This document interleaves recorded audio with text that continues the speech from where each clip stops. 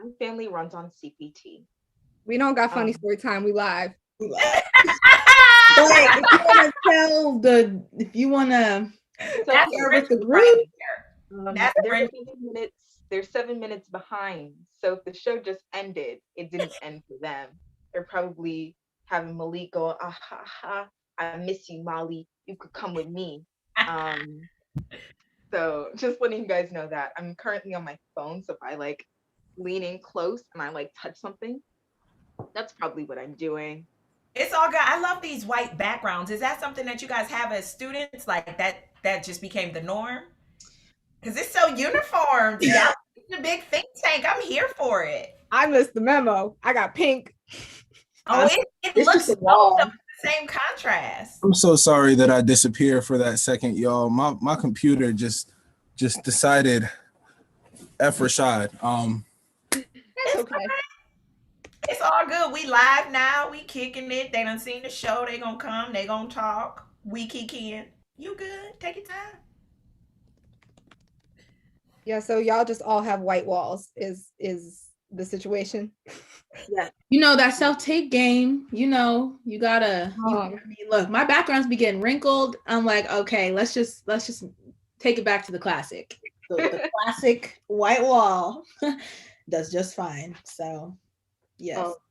Even more resourceful because this is a bookshelf. My closet has curtains. A white sheet just goes up on that, and that's how we get audition tapes done. Absolutely. I love it. I'm going to make an adjustment here because I got too much stuff going on. We've got Go to the ground. Hold up. Sorry. Big moment for the Dragon. Round 2 coming up. Don't mind me.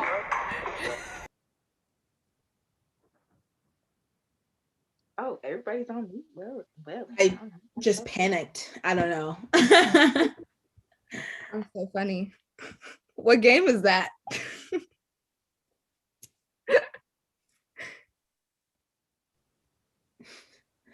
I texted my friend and she's probably joining now, but I texted her and I was like, watch the talk back. And she sent me a screenshot of like the page that says like, oh, we're on a new link, like go to the, and she was like, I'm here. And I was like, right, we're on a new link. So go to the, and she was like, oh, okay. So, that's funny. Well, Halo's friend. Glad you Inez. Y'all know Inez. Inez. Hey, That's extra funny because Inez is a super genius. Like she's one of the smartest people on the planet. So that's funny that she was like, yep, I'm here. She was like, I'm here. I was like, right. So like read it. She's so funny though. I love Inez. Hi Inez. That's my wife, girl. That's true. They are married. I forgot about that. Okay. Boom, boom. Okay. We'll probably give it another minute or two. I can hear my family watching it downstairs, and it's very funny. That's cute. Oh. See, I'm pretty sure my family's passed out. They watched the show and they were like, yeah, we ate some good food. So good food, good show, good night. Inez has officially entered the YouTube chat. Yeah, she has, which is so funny. Oh, it's Adeshla. Hello. Hey, Adeshla. And Inez said, hey, husband, to you, Zakir. I'm pretty sure my family's passed out. They watched the show and they were like, Rashad. Did I do something? No, I thought that was just you that we could hear the YouTube live on. No? Okay, never mind.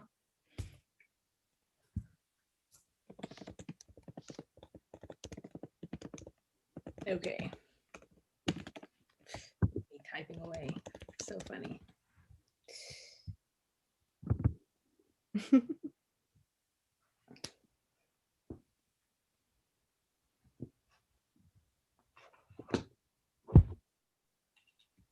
If this is part of your bit, Amber, and you're muted. Nope, it's not. Okay.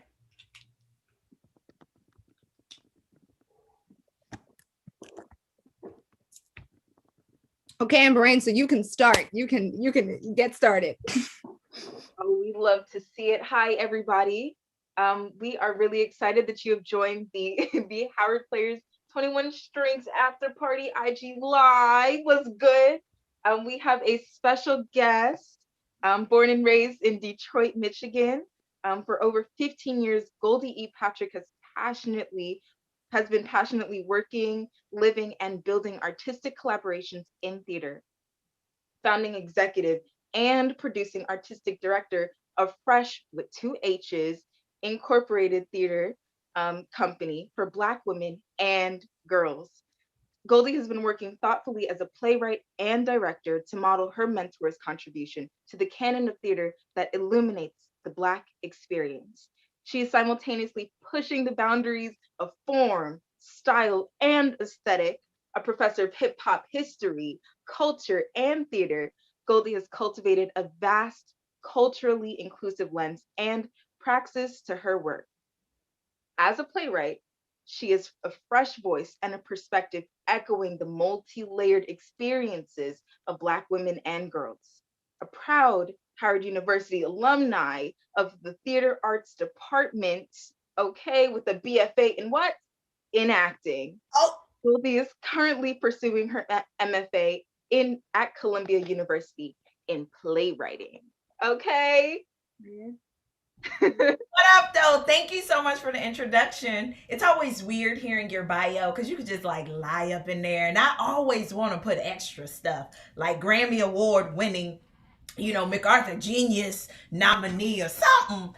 But I'm not. But what I am is Howard alum. What I am is a Howard player, and that in so many ways trumps everything. Shout out to the Howard players.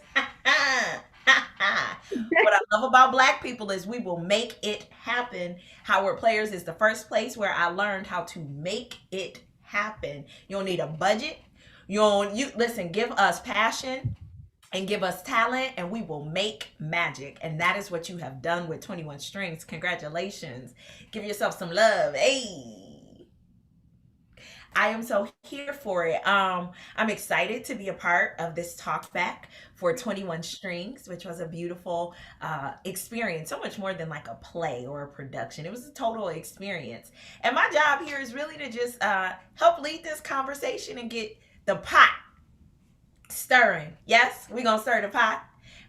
We should first find out who's all in the house and introduce ourselves and the role that you had in this beautiful coming together and experience that we all had. So can we get some introductions in the house? Is that possible?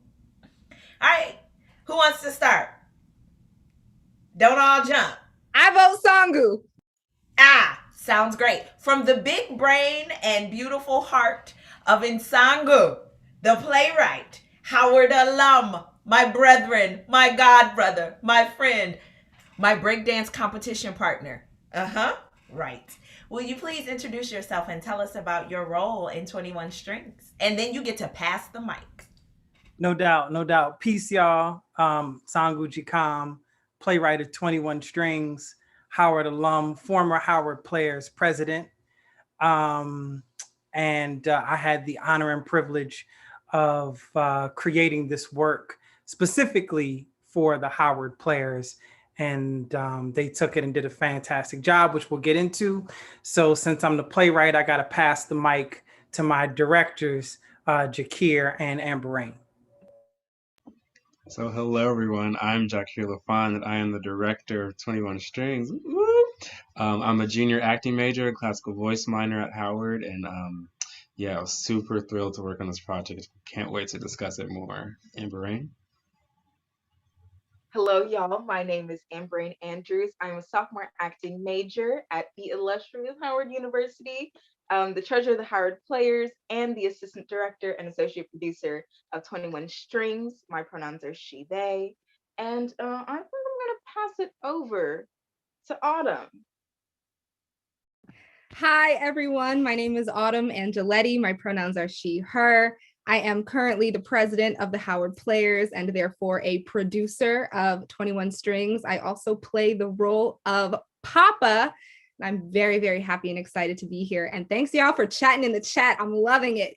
So I'm going to pass it to Lo. Hi, my name is Lo Williams. My pronouns are also she, her, and I'm the vice president of the Howard Players. So I am also a producer of 21 Strings, and I play the role of Malika. So this is going to be great. And I will pass it to our very own Amaya McGinty. Hello, everybody. I'm Amaya McGinty. I use she, her pronouns.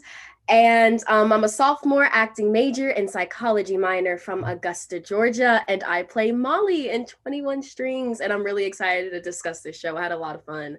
And I will pass it to Rashad. What's good, y'all? My name is Rashad Davis. I am a sophomore acting major. My pronouns are he, him. I am from Huntley, Illinois, by way of Upper Marlboro, Maryland. I always get that mixed up. And I play Malidoma in 21 Strings. And last but not least, I will pass to the lovely and talented Lyric Burnett. Hey everybody, my name is Lyric Burnett. My pronouns are she, her. I am a sophomore legal communications major, theater arts minor from Raleigh, North Carolina. And I had the pleasure of playing Melinda in 21 Strings. And I'm so excited for this discussion. I love it. Y'all are so great. It's so beautiful to watch the evolution that is Howard University, specifically Howard Players. You're just so on it. It's just next level. And Sangu, remember when we were there? And when I came to Howard, and Sangu was the president of Howard Players, and he set tone. Like, this is what we do. We keep up the legacy. That's what this is about. And to see you come back to Howard University, to Howard Players, and do the work of continuing the legacy, first and foremost, thank you, brother. Thank you for being a man of your word, right? Beautiful, beautiful. And in true Sybil Roberts, Professor Roberts, that was our play analysis professor, hardest course you could take in the department. In true Professor Roberts fashion, let us get into the play analysis first before we get into the juicy good stuff. Let's get into the brain of the work. I would love to know more about the theme of 21 Strings. You have a history and a reputation of very intentionally and boldly weaving in Ifa and Yoruba culture in your work, in the themes, in the characters, in the language, in the rhyme, right? In the aesthetic. And this work, you did it virtually, right? So if you could talk a little bit about the theme of 21 Strings and how that ties into your now library of work that does something very similar when it comes to Ifa particularly, but all of African ancestry and traditional African rituals and spirituality. Go ahead, tell us about the theme. Thank you, Goldie. Well, like you said, Professor Roberts taught many of us that theater started in Africa. And if theater started in Africa, then we at Howard need to know more about that origin than Thespis stepping away from the chorus or Aristotle's Poetics. We need to know how we make theater. So Amber Rain Andrews approached me in the summer of 2020 about asking me if I had any Afrofuturistic plays. And for some reason I said no, but I'll write y'all one. And then I began a series of interviews with the Howard Players, just wanting to know what's on your mind. And one thing that kept coming up is between the pandemic and all of the racial stuff that was going on in the country, the question was, what do we do? Where do we go from here? And immediately I started thinking about both my training at Howard and my training that I continue to receive now. There are a lot of conversations about African culture and African spirituality. For me, something that you hear a lot about is Ifa and Orisha, the Yoruba spiritual system and way of life out of Nigeria. And I'm a practitioner. Shout out to our Aluo, Chief Ayanda Clark, who's on the chat, and shout out to all the Babalawos, Ianifa, who are and initiates who are present on the chat. Abodo Aboye Abosise. But I wanted to make sure that I incorporated Yoruba culture, because there's a lot of theater that we see, the Egungun masquerades, the Gelede, the Efe. You can see how what we do in Black theater manifests from Africa just by looking at that. I also have to shout out one of our late professors, Dr. Sherelle Berryman Johnson, who used to run the dance program at Howard. Dr. Johnson introduced me and many others to the kora, the 21-stringed instrument taught by another late but divine ancestor and master, Baba Jimo Kuyate. And we had to play the kora in the dance concert. And so when I thought about what the play needed to be to address this question of where do we go from here, I thought about choice. I thought about options. And I thought about string theory. And I was like, but what's a Black version of string theory? The kora. It's got 21 strings. One version of string theory is that there are 21 strings of reality. So that was one connection. And then I thought about choice. And one energy that we associate with choice is Eshu. And that immediately had me think about how to put it all together. And then the place that I learned hip hop theater was in ETS with Rhyme Deferred and Hieroglyphic Graffiti. And so I was like, well, it's got to be hip hop theater. Put all that together. And the theme is the only way that you can know what to do next is by making a choice. And the only way to make a choice is by knowing what choices you have. And I just put all of that together to make 21 Strings. Goodness gracious, that it smelled like collard greens cooking real good, and not with a pork in there, but like a turkey leg. Like I can smell that, what you simmered, what you talked about putting in the foundation and then putting the greens in and then putting in the vinegar, and then clearly I am hungry. But that's amazing. That's dope, yo. And it's so intentional, it's so smart choices. Now for our directors, Jakir, like as the director, as the starter of this visioning, and then I also want to talk, of course, about everyone's role, right? But the director's vision, you get this big brain idea, and then you've got to figure out how you take that big idea, this amazing rhyme, and then you make it live for the audience to receive it. Can you talk a little bit about your process of collaborating with your assistant director, and then your process of envisioning what 21 with Strings would be like for your audience? For sure. Yeah, what a big question.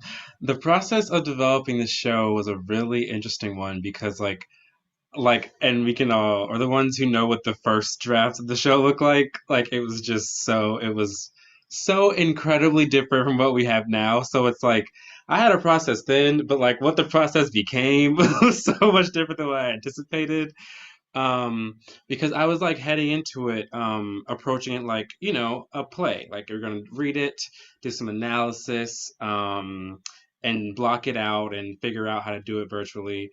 And it just became like so much more once Sangu realized that it was a rhyme, and just like all the complexities that like the rhyming opened just completely shifted how I thought about approaching it. And so I began to like incorporate more music into like my understanding of how to view the characters, and like and began to like prioritize kind of creating an environment of tension through like the language. I really began to focus on the language and how to like make sure that the actors and the characters were connecting to the language and playing the language, but also just like living the language as much as possible. And so it was just really interesting to be prioritizing that. But yeah, like my process like really it shifted. And then even like once we started to film, like it shifted then, and I was like, oh, okay, now it's this thing that looks a little different than what I imagined, and had to figure out what that looks like.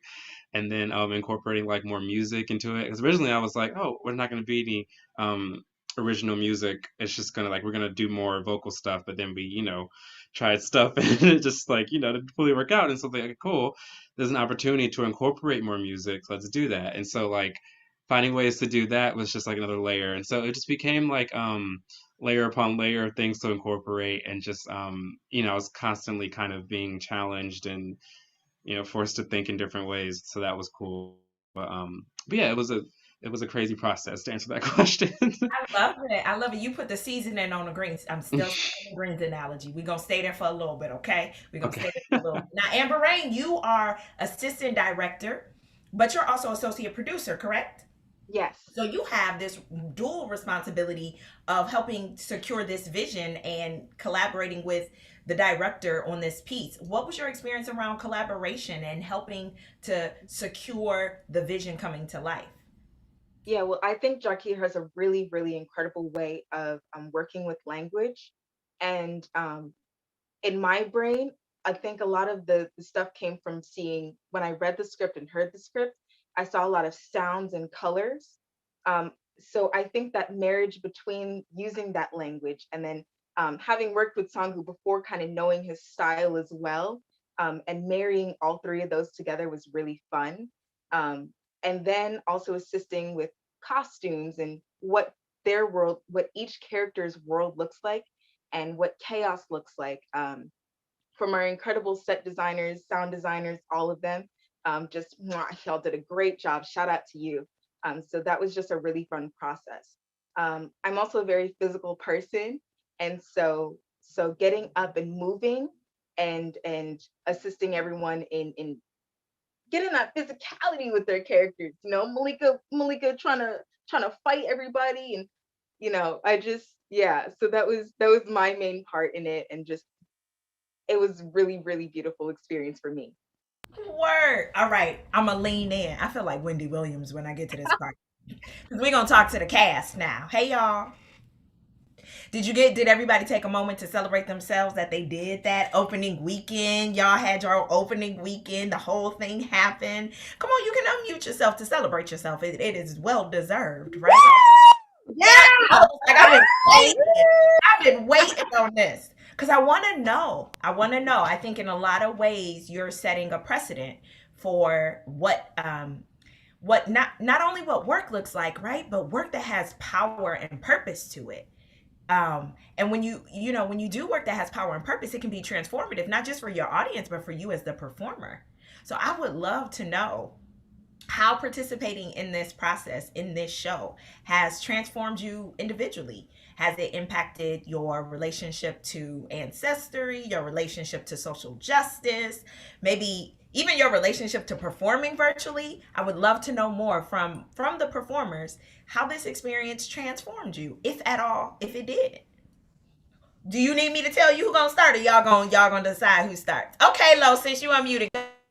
Oh, wow. Okay, that's wow. Okay, so how did this transform me? I think I talked a little bit about this like a few days ago on some random Instagram live or something, but I think Malika underwent a transformation, I think, in the writing and in the creation. And I think me trying to figure out who she was and Sangwoo trying to figure out who she was and us trying to figure out who she was together definitely, absolutely 100% just transformed me in some way. And I think because Malika's world is the world that it is, I just, I had to really shift my perspective on, I guess, what Blackness is to me and like what that means and how much melanin means to me versus other things, other aspects of Blackness. I mean, I literally have to ask Molly, how Black are you?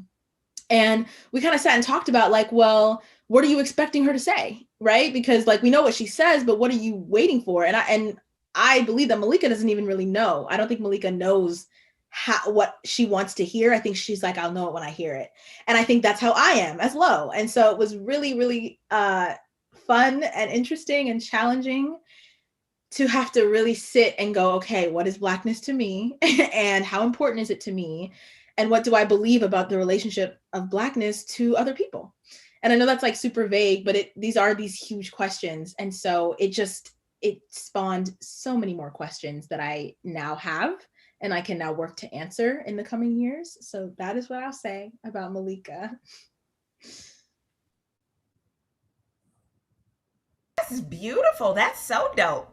I'm here for it. Malika, now you get to, because I'm calling you by your character name. Malika, you get to call out who goes next. Who do you want next to talk about their transformation in this here experience? Okay, I want to hear Melinda. I want to hear Lyric talk a little bit about that. Okay, cool. So for me, starting out, the biggest challenge I had was Melinda is such a religious character. And personally, for me, I'm not as religious. So like when I'm reading the script initially, I'm like, how am I connecting to what she's saying? How am I understanding when I don't have the information that Melinda has? And when I first got this character, I was having I was arguing with her in my head because I'm like, how could you think this is right? How could you believe this? How am I supposed to convey that I truly believe what she's saying?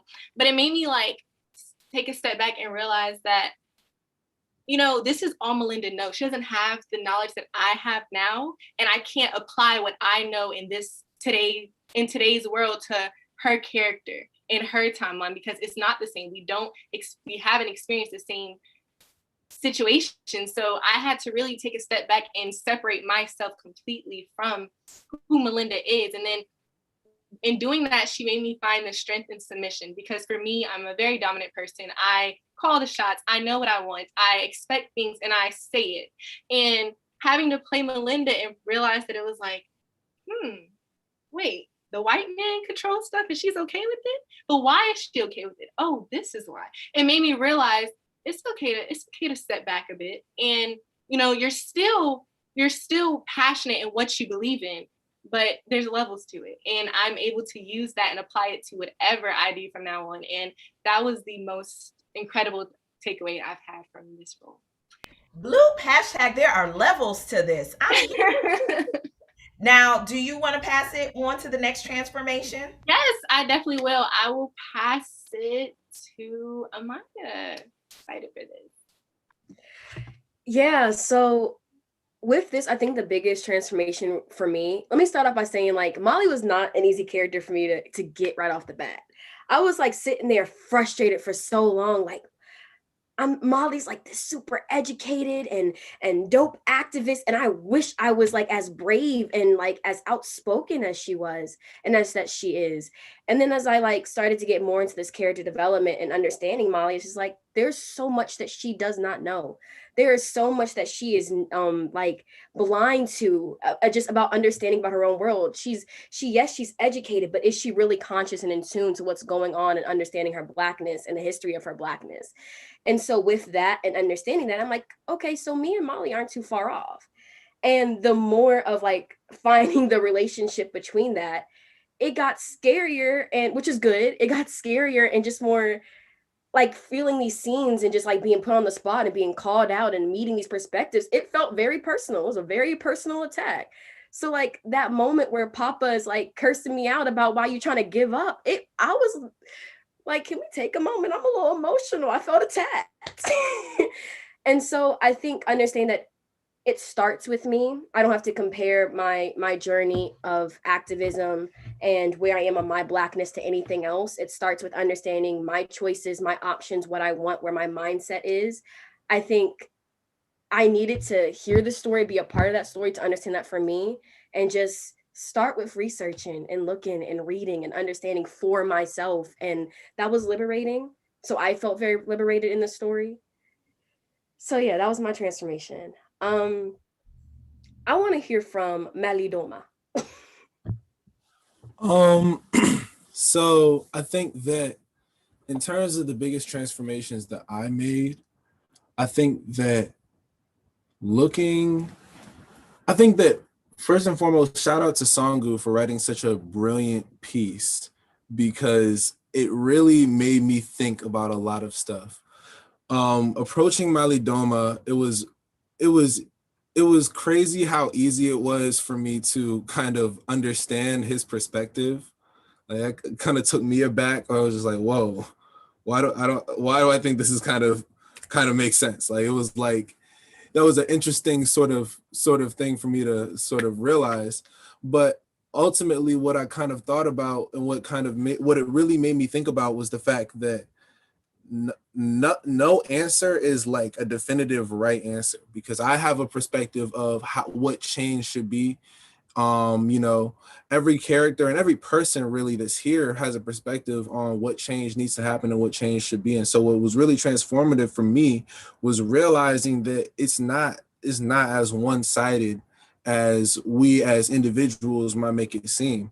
And playing Malidoma was such a one-sided character, and kind of watching how that fits into this narrative really allowed for me to sort of reflect on what really needs to happen. Is it really as simple as we got to do this, so we got to do that, we got to do this, so we got to do that, or is it more of a layered and dynamic thing that needs to happen? And so that's really impacted my perspective of kind of what needs to happen. So I think that's the way that it transformed me.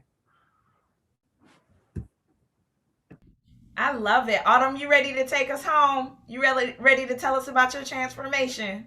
I sure am. Okay. So okay, I am a leftist.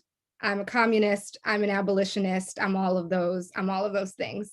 And so this past summer, like the summer of 2020, I experienced a frustration and an anger that I just can barely even describe in words, because I was with people. I was marching in the streets with people who had the same politics as me.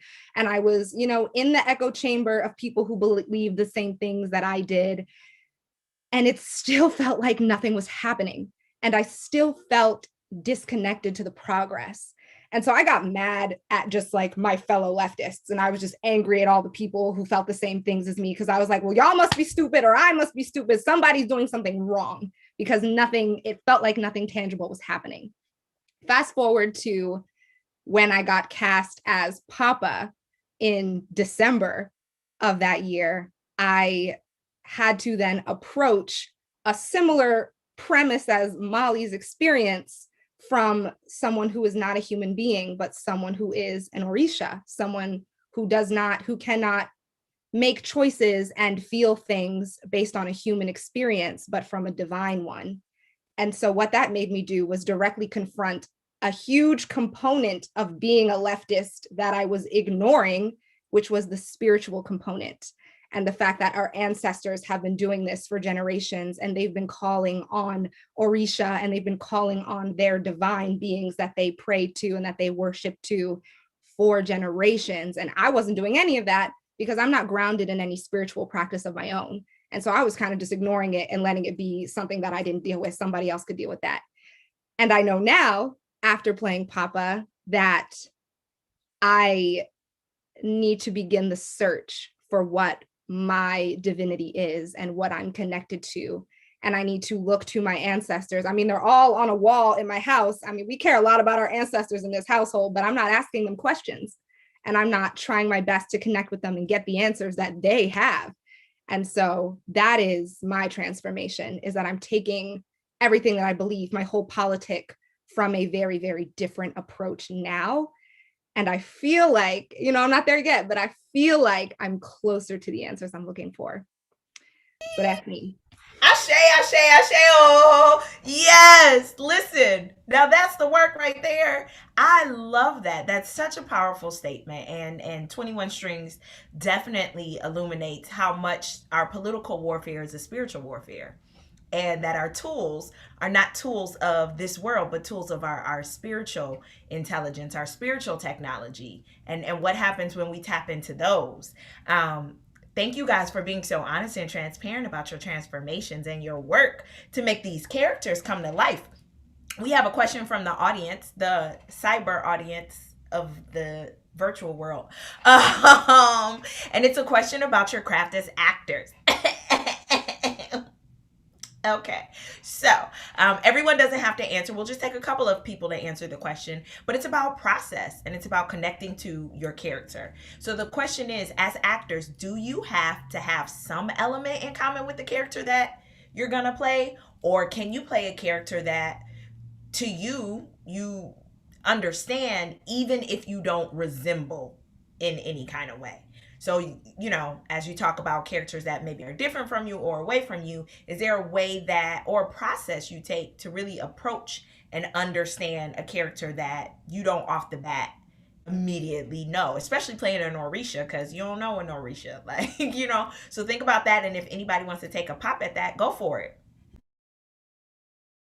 I think that for me, when I approach a character, the first thing that I do every time I pick up a script is I try and read the character just in my voice and hear how I would say all the words.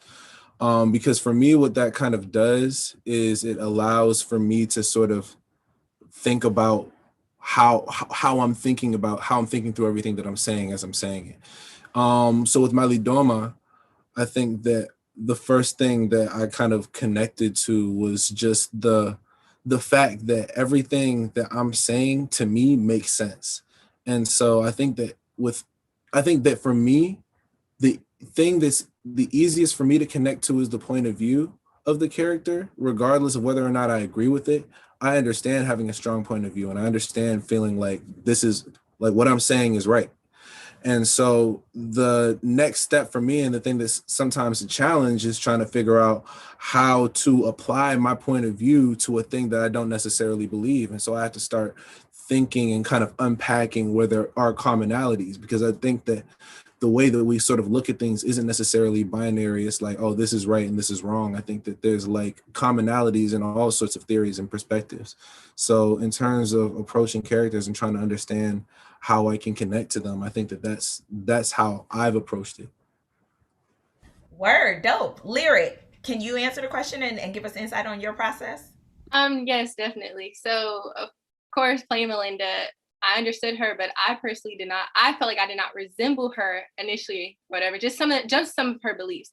But in order for me to truly convey who she was and to play her, like I said earlier, I did have to separate myself. And the biggest way I was able to do this was through research, like really just trying to figure out, creating my entire story for her, separating who I am, separating my beliefs, separating how I personally feel, and saying, as Melinda, what is her reasoning? What is her purpose? Why does she feel the way she does? And we were given a task to like create a rap. And I think that was the most helpful task I was given, because I was able to create an entire story for her that I truly believe. And after I created that, I was her. I became her, because I knew her past, and I know her present, and I know what her future entails, what she would want her future to entail. So that was how I was able to, still play her passionately, but even though I didn't truly feel I resembled her completely. Now, we need to hear a piece of this rap that you had to create. So go ahead and give us just like a bar or two, just something. Get it. Your name, you got lyrics. Come on, bless us. Just a little something, a little couplet. It's not that long. I think I could share a piece. Hold up. I actually have my book in case. Okay, let's see. I wasn't prepared. Check I stay prepared, yes. Okay. The white man's my ventriloquist, be talking shit, done locked my wrist, controlling how I move and what I do, like I'm the white man's fool. We are, though. It's our position. I play it wisely. I call them master and ma'am, use my manners politely. I watch my pops get popped. They use them as a warner. Realize that their biggest mistake was trying to escape that morning. And I get it. Y'all want to be free, talking about whose lives matter, nigga. You see me? I was wading through pages while they wade in the water, waiting for orders just to get caught, beaten, or slaughtered. I regurgitated their slurs into a word of empowerment. Niggas be picking shit, but yet I chose to stay powerless, cowardice, never. Just holding my own on this sailing endeavor. And watch as they brought us with ships of the cheddar. Only week I speak is 7 days. They killing pairs because it's Tuesday. Got grease that popped on Friday. I must say I fell in love with a man that I couldn't stand, because his father's the sole reason I grew up on this inland. And I watched as he proposed to a girl with a white hand, but figures they the type to always get the good man. Oh damn, trying to fight the fight but ain't got no plan. Trying to act like we could hold our own, like we ain't lesser than. Just saying, accept your current state because we're beneath. What's the point in fighting freedom when all we know is defeat, nigga? Come on, where's the little fire thingy? Wait, I got something for you. Right.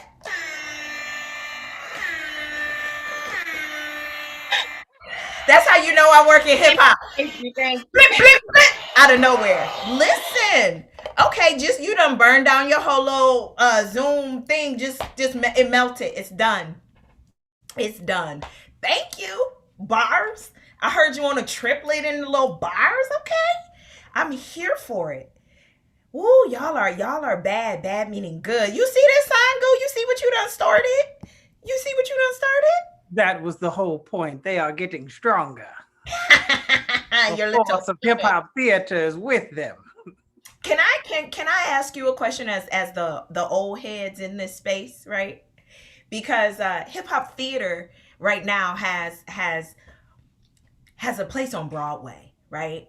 You got kids in the middle of Iowa like, oh my God, I love hip hop theater, Hamilton, right? But you said that your experience was ETS, a black box theater. When you look at the growth and the life of hip hop theater, as someone who has been there since, in so many ways, its inception, what is your dream for the future of hip? You're a professor of hip hop theater. You are a practitioner of hip hop theater. You're a student, teacher, like all of it. What is your wish for the future of hip hop theater? First and foremost, that's a great question. First and foremost, hip hop theater needs to be cultivated at Howard University in the Department of Theater Arts. Say it again, 3 more times. 3 more times. Say it again. I'm saying this to Eric Ruffin. I'm saying this to Ricky Ramone. I'm saying this to Kim Bay. I'm saying it to Tony Starnes. I'm saying it to the whole squad. Like Camila Forbes, Nakia Brown, Chadwick Boseman, Jabari Exum, Oberon K.A. Ejapong, DJ RBI, DJ Tech One, Samayeni 24, like LaQuise Harkin, the whole squad. The Hip Hop Theater Junction started in the environmental theater space at Howard.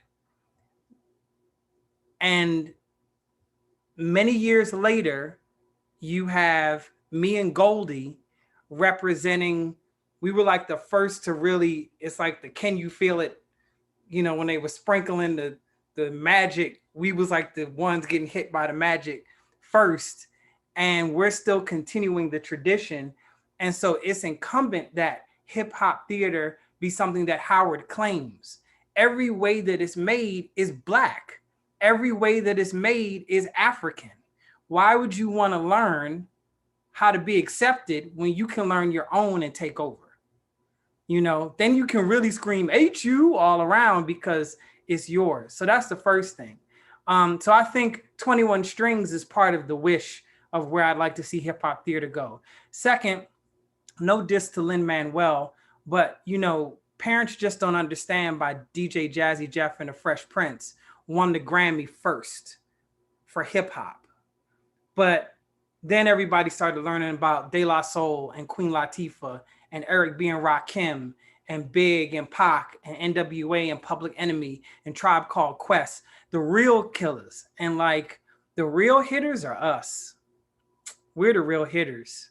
My squad who's on this chat and those who'll see it later know that when Sinking Ink comes back, we're about to separate the real from the fake.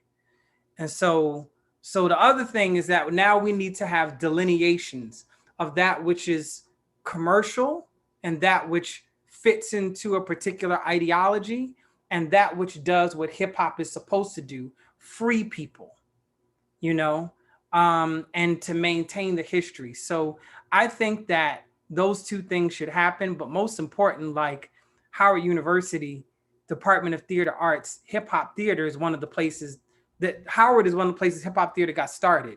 I got to shout out Tony Blackman as well.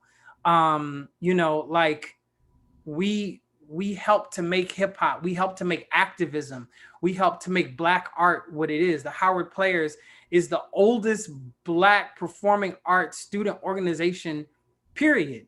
So who else but us? You know what? I'm a one up you, or actually I'm gonna just meet you, not even one up. I will teach a class at Howard University on hip hop theater. If my email goes off, because I'm saying that to say you gonna teach in the fall and I'm gonna teach in the spring or something, or you gonna teach in the spring and I'll teach in the fall. We both gonna teach the class. I ain't gonna teach the whole class by myself. But I'm saying I will teach a course at Howard University on hip hop theater. Because we're teaching it at other institutions. Yes, we'll teach it at Howard. And Howard Players, I will match Sangu's example, and I will you can commission me. I will for free, free 99. Write a play, a hip hop theater play for the Howard Players. Whenever y'all figure out what season that goes in, because what you said is absolutely right. We can't just live in the light of the work that's done. We have to plant the seeds to ensure that it can continue. So I agree. I'm down to support hip hop theater at Howard University through the Howard Players, through the theater department in any way you see fit. We're going to close this out because we're almost at time with what you would see for the future, whether it's the future of social justice, whether it's the future at Howard Players, whether it's the future of Black theater, whether it's the future for yourself, right? We're just going to close it out. We're going to go around. You're going to tell us. It could be one sentence. It could be whatever it is. But what do you see for the future? Think about choice. Think about 21 strings. Choice. What would you choose for your future? We're going to start with you, Rashad. You ready? Get the people what they want. As far as the future, what I see is just dope ass Black art. That's what I see. And I don't know if you gonna pass it to Amaya. Same. More Black students who don't know about their Blackness or the extent or the power of their Blackness, learning how to unlock that potential and create dope Black art. I'm gonna pass it to Lo.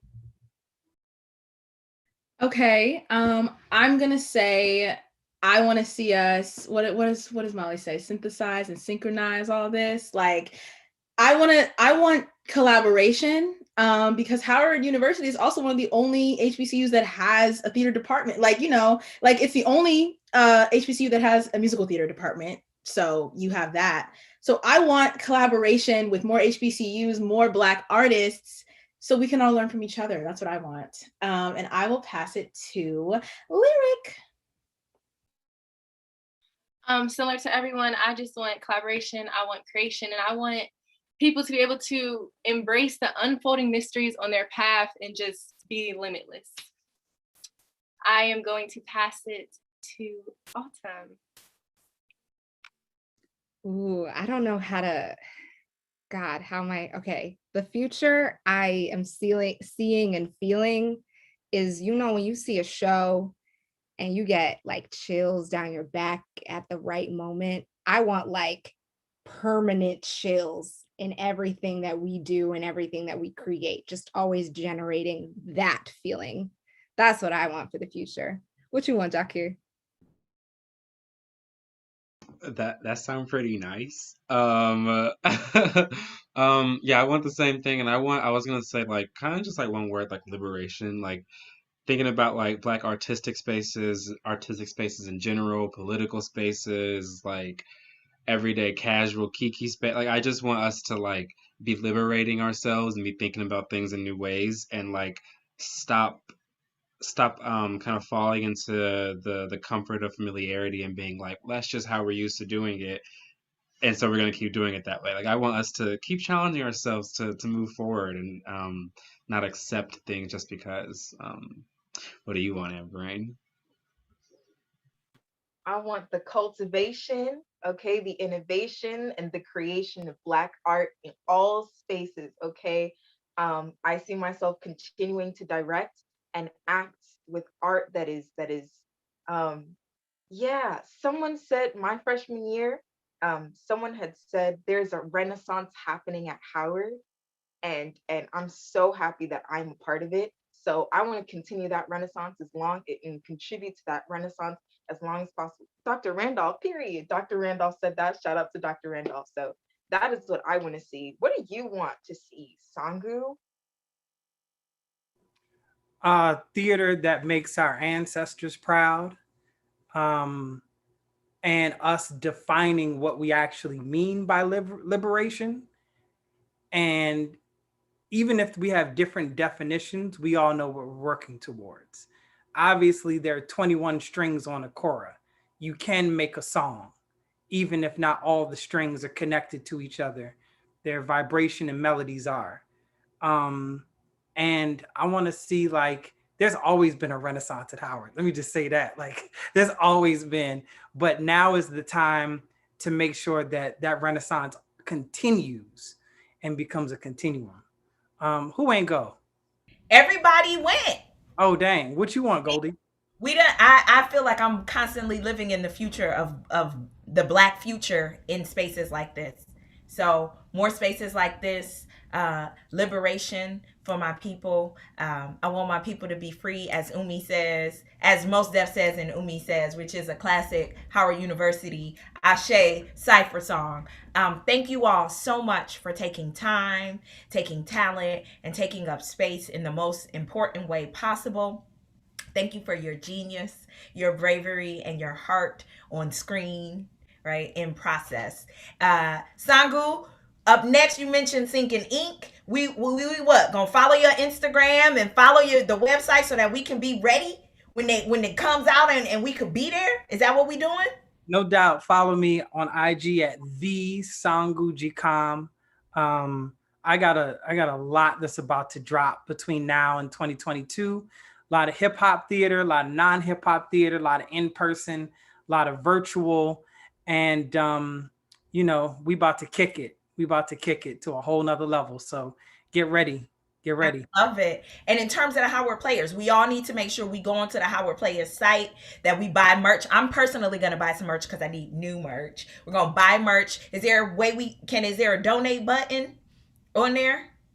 We got a treasurer who can drop some donation information in the chat right now. YouTube, don't you worry. It's coming right now in the chat from our treasurer.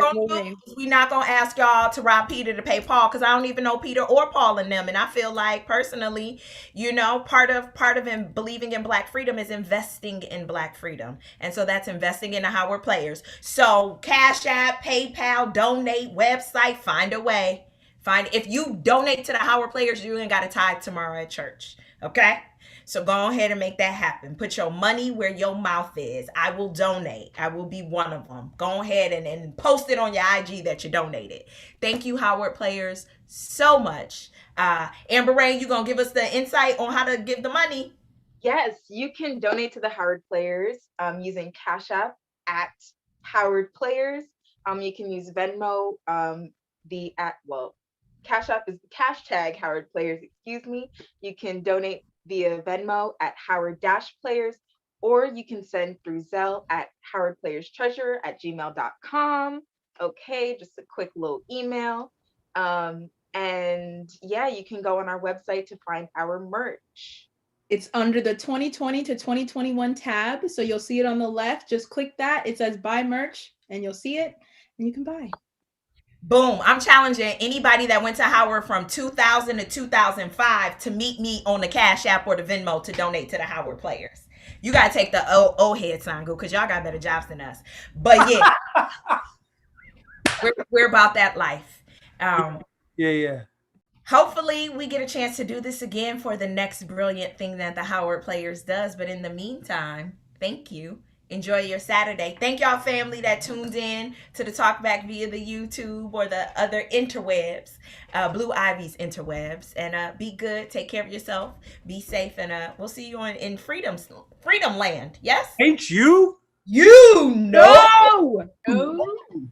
Thank you so much, Goldie. You've been an absolutely fantastic host. And so we will now end this live. Thank you again, everyone, for tuning in. This has been so much fun. The donation information is in the chat. And we will see you on the Howard Players website and social media at Howard Players HU on Instagram and Twitter.